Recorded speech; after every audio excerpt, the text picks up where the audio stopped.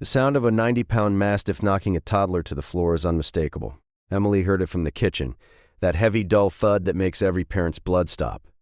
She dropped the dish towel and ran. Max had Sophie pinned. The toddler was flat on the carpet, face up, the dog's massive head lowered directly over the child's face. Sophie was crying, not screaming, just that confused, frightened cry that meant something hurt but nothing was broken yet. Max resisted. For the first time since they'd brought him home 3 years ago, he didn't obey immediately. His body was rigid. His eyes stayed locked on Sophie. She pulled harder. The dog finally stepped back, but slowly, reluctantly. Sophie sat up, tears streaming, reaching for Emily. No visible injuries. No blood, just scared. But that sound, that thud, that had been real. She scooped Sophie up and carried the toddler to the couch, heart still racing.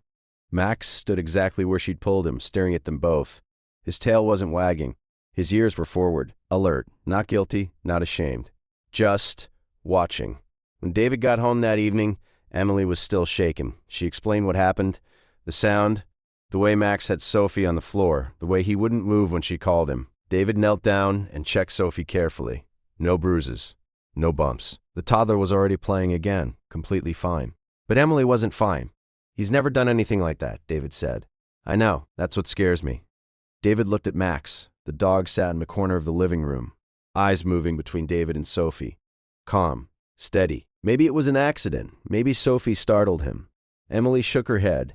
It didn't feel like an accident. It felt deliberate. That night, they kept Max in the laundry room while Sophie slept. It felt wrong. He'd never been locked away before. But Emily couldn't shake the image of that moment, the weight of the dog on top of their child. The next morning, it happened again. Emily was changing Sophie's diaper when Max came into the nursery. He walked directly to the changing table and pressed his nose against Sophie's face. Not sniffing, pressing. Max, back. Now. Still nothing. She physically pushed him away. He took 2 steps back, then immediately moved forward again, nose going straight to Sophie's mouth. Emily's patience snapped. "Out! Now!" Max finally left, but only after she raised her voice to a level that made Sophie start crying. That afternoon, Emily called the vet. The vet listened carefully. Asked questions. How old was Max? Had there been any other behavior changes? Any aggression toward other people? No. Just Sophie. The vet was quiet for a moment, then said, "It might be stress. Sometimes dogs react unpredictably when there's a baby in the house, especially if they were used to being the center of attention." Emily thanked her and hung up.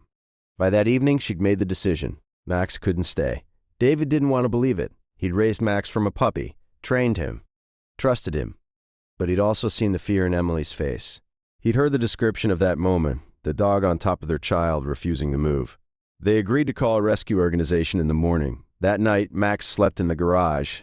Emily lay in bed, staring at the ceiling. She felt guilty. She felt scared. She felt like she was betraying a family member.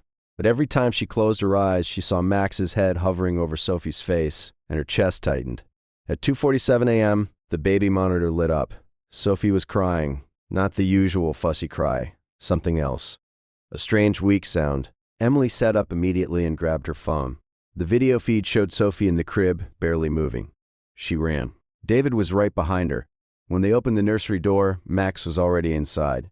He'd somehow gotten out of the garage, somehow made it through the house, somehow opened the nursery door, or it hadn't latched. He was standing on his back legs, front paws on the crib rail, nose pressed against Sophie's face. "Max, get back." David grabbed the dog and pulled him away.